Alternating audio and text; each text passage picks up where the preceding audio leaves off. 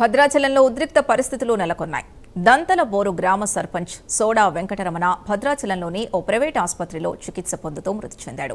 వైద్యుల నిర్లక్ష్యమే కారణమంటూ కుటుంబ సభ్యులు, గ్రామస్తులు ఆసుపత్రి వద్ద ఆందోళనకు దిగారు. ఇదే సమయంలో ఆసుపత్రి రిసెప్షన్ వద్ద గుర్తు తెలియని వ్యక్తి పెట్రోల్ పోసి నిప్పంటించడంతో ఒక్కసారిగా కలకలం రేగింది. పోలీసులు భారీ బందోబస్తు నిర్వహిస్తున్న సమయంలో ఈ ఘటన చోటు చేసుకోవడం చర్చనీయాంశంగా మారింది. ఆసుపత్రి సిబ్బంది వెంటనే అప్రమత్తమై మంటల్ని అదుపులోకి తీసుకురావడంతో పెను ప్రమాదం తప్పింది. ఘటనపై పోలీసులు కేసు నమోదు చేసి దర్యాప్తు చేపట్టారు. ఆసుపత్రికి నిప్పంటించిన వ్యక్తి ఎవరన్న దానిపై విచారణ కొనసాగుతోంది.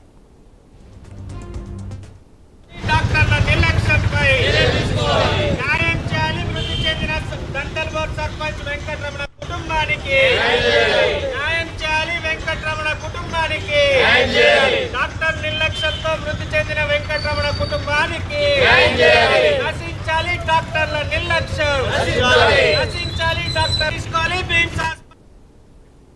మరింత సమాచారం కరెస్పాండెంట్ రజనీకాంత్ అందిస్తారు. రజనీకాంత్, అసలు ఏం జరిగింది? ఈ ఆందోళన గల కారణం ఏంటి? అసలు నిప్పంటించిన వ్యక్తి ఎవరు? పూర్తి డీటెయిల్స్ ఏంటి?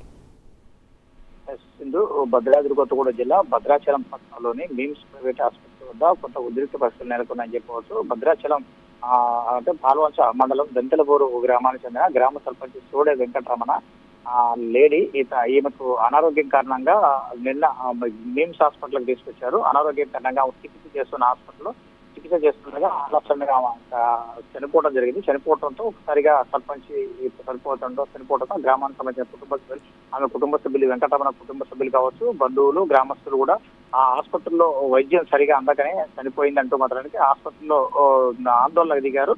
ఏదో ఇంజక్షన్ వేశారు. ఆ ఇంజక్షన్ వికటించి ఆమె చనిపోయిందని ఒక వర్షన్ బంధువులు చెప్తుండగా, మరో పక్క చికిత్స అందించినప్పటికీ మాత్రం ఆమె బాడీ రెస్పాండ్ కాలేదు.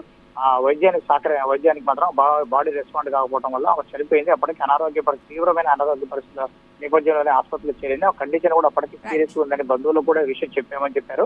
అయినప్పటికీ మాత్రం లేకుండా బంధువులు మాత్రం గ్రామస్తులు బంధువులంతా కలిసి హాస్పిటల్ వద్ద, మిమ్స్ హాస్పిటల్, ప్రైవేట్ హాస్పిటల్ వద్ద ఆందోళన చేపట్టారు. ఆందోళన చేపడుతున్న నేపథ్యంలో ఆందోళనకారులలో ఒక వ్యక్తి, ఎవరో గుర్తు తెలియని వ్యక్తి ఒకరు వచ్చి ఆ రిసెప్షన్ పై మాత్రం పెట్రోల్ పోసి నిప్పంటించడంతో ఒక్కసారిగా వాతావరణం మాత్రం ఉద్రిక్తంగా మారిందని చెప్పవచ్చు. అక్కడే ఉన్న స్టాఫ్ కావచ్చు, దాంట్లో పనిచేస్తున్న స్టాఫ్, ప్రైవేట్ హాస్పిటల్ పనిచేస్తున్న స్టాఫ్, ఆ ఫైర్ సేఫ్టీ సంబంధించిన మెజర్మెంట్, ఫైర్ సేఫ్టీ వాటితో మాత్రానికి అంటే మంటలు ఆర్పడంతో అప్పటికే పోలీసులు కూడా అక్కడ భారీ బందోబస్తు ఉన్నారు. ఆ గొడవ జరుగుతున్న సందర్భంలో కూడా అక్కడ పోలీసులు కూడా అక్కడ చేరుకుని ఆ ఆందోళనలకు సంబంధించిన సీసీ ఫుటేజ్ కూడా పూర్తిగా గమనిస్తున్నారు. దాంట్లో ఎవరు ఈ ఆందోళనలో వచ్చి పెట్రోల్ పోసిన వ్యక్తి ఎవరైనా దానిపై కూడా పూర్తి లాగే ప్రయత్నం కూడా చేస్తున్నారు. ఈ ఘటనపై మాత్రానికి పూర్తిగా చర్య తీసుకుంటాము. అవసరమైతే ఈ వైద్యులు అంటే సోడే వెంకటరమణ మూర్తికి సంబంధించి వైద్యుల నిర్లక్ష్యం అయితే మాత్రం వాళ్ళ మీద కేసు నమోదు చేసి చట్టపరంగా చర్యలు తీసుకుంటామంటూ మాత్రం పోలీసులు కూడా చెప్తున్న పరిస్థితి కనబడుతుంది.